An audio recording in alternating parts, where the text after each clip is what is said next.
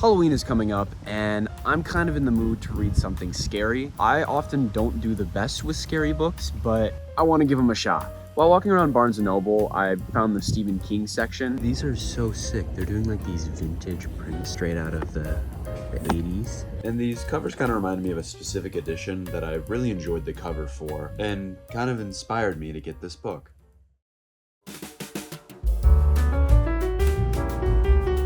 Now, I'm not gonna lie, this is one of the cooler things I've gotten in a minute. Let's really tape this thing up. Check it out. A little bit of bubble wrap.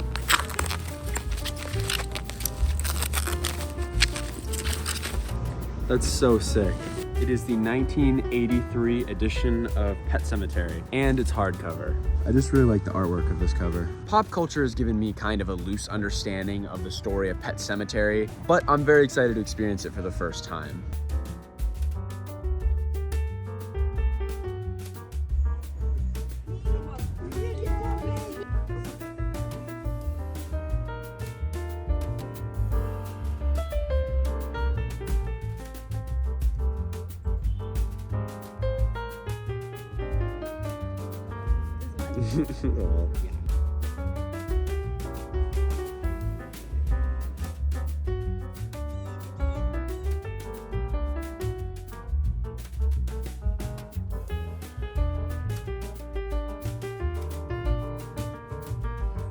So I'm about 1/3 done with Pet Sematary. It's definitely scary. I'm at the part where the patient comes into the college bleeding out and he brings up the Pet Sematary, which was definitely freaky. I got a lot more to go.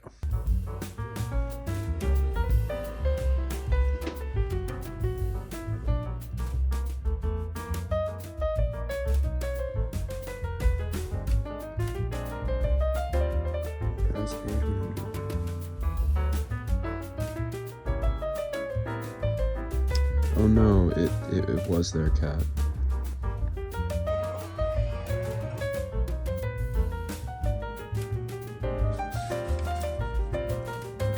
Officially on part 2.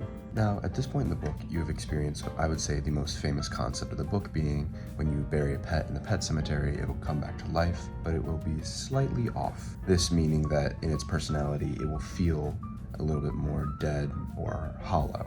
Maybe like a demonic thing or something. Now, this book isn't really scary to me yet, but it is very, very creepy, and I feel like the most mundane scenes, I have to be on my toes because something will definitely happen. Now, there's kind of a question that's kind of arisen at this point in the book, and that's whether or not humans, if they were buried in the pet cemetery, would come back to life. So I do think at this point in the book that it's going to start becoming, you know, a little scarier and a little creepier because we're kind of at that halfway point. So I am very excited for that. Honestly, this was an approach that I was not expecting this book to take, kind of this inner family problems that kind of manifest, that kind of push on self-guilt to our main character. I was not expecting the father-in-law to kind of take this approach and kind of invalidate his marriage, but this portion's also kind of showing off the descent to madness after his son's death with all this kind of italicized text. It's all kind of like his inner voice speaking through different events that's happened to him, and he keeps thinking that that one patient earlier is gonna appear, and he's just trying to kind of rationalize what's going on, and yeah, it's good.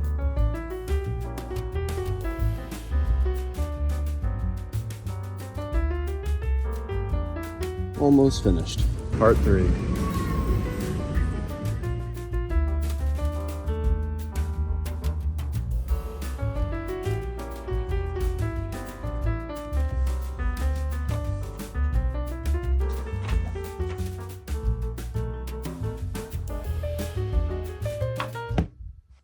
I just finished it. Wow, that was crazy. That was a crazy cliffhanger.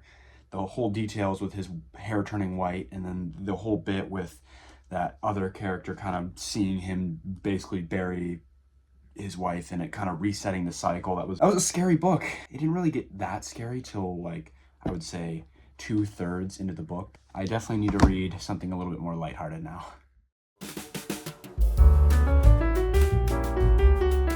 Now, I have put off reading this book for quite a while now, along with a lot of other Stephen King books, and man, I wish I read it sooner. Stephen King and this book in particular have had such a strong impact on the genre of horror. With this being said, I feel like whatever I say will not do this book justice.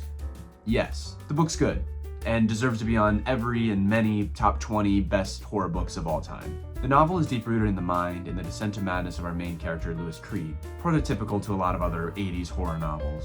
The book is very cleanly broken into 3 parts, introducing the family to their new surroundings in Maine, which Stephen King loves to set his books in Maine. We, the audience, along with our main characters, are introduced to new spaces. There's already something inherently scary about introducing someone or something to a new space. The second part is about coping with the death in the family, and then it ends with the breaking loose of all of the mistakes made by our characters. The first scary reanimated object is Church the Cat, which, taking the trope of a scary cat, is already deeply associated with the genre of horror. King builds upon this with a creepy description of his eyes, as well as the cat symbolizing that the supernatural can corrupt the most innocent of beings. I believe the power of this book's horror comes from the fact that this book is creepy and horrific without deeply relying on monsters, gore, and murder, with much of the horrific acts happening in the final part of the book. It's a slow burn created by the haunting nature of the cemetery that emanates all throughout the work, feeling as if our characters can't escape, with Pascal being the warning that comes too late. Judd Crandall is a very interesting and eerie character to me. He is forced by the curse of the cemetery to unwillingly recruit new victims, and embodies the idea of temptation, yet I feel as a reader oddly sympathetic to him. Overall, the book is a deep dive into death and how we as humans deal with death. The saddest part of the novel, and also the most sinister part of the novel, is the fact that the person being resurrected is a kid. Even though Lewis is lured by the cemetery to resurrect Gage, I feel that any father in grief would not heed the warnings and give in to the temptations out of hope that it would work. The juxtaposition of a kid and demonic possession really makes me feel reminiscent of books like The Exorcist and why that's so scary.